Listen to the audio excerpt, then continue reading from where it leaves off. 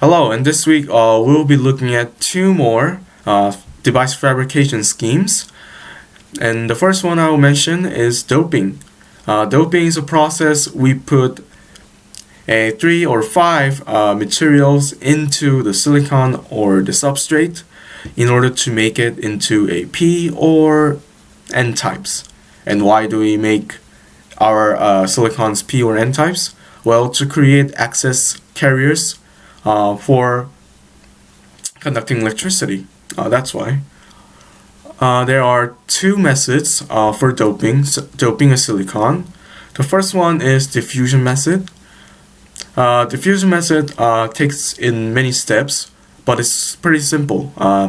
First, there's pre-deposition phase, where we put the dopants on top of our silicons, and next, we expose the dopants on high temperatures in order to drive in and infiltrate the substrate layers.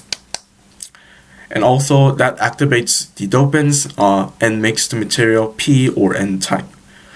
The next method is ion implantation. Ion implantation, we make the dopants into ions, and through the high electric field, we just crash the ions onto the silicon substrates, hence bombardment method. As we learned throughout the course, we know that both methods, diffusion and ion implantation, usually have their pros and cons. But however, in doping, that doesn't really apply.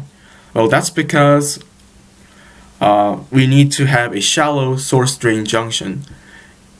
And we need to have shallow junction profile because of short channel effect.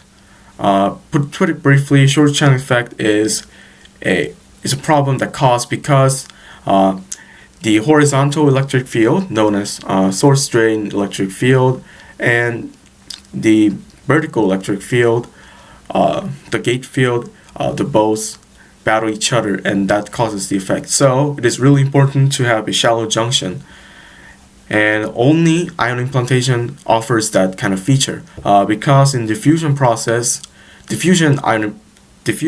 process, even though we place the silicon on top in the pre-deposition process, however, it will diffuse, it will just keep going deep through because of the drive-in phase, the activation phase. So ion implantation is much preferred in the industry. The last thing I'll mention is advanced doping.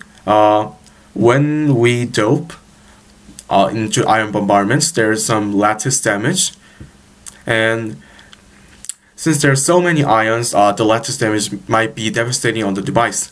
Hence, so the lattice structure just becomes much more worse. Hence, we'll end up with lower mobility.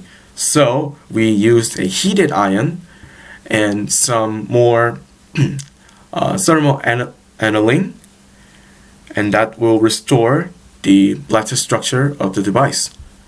Well, see you on part 2.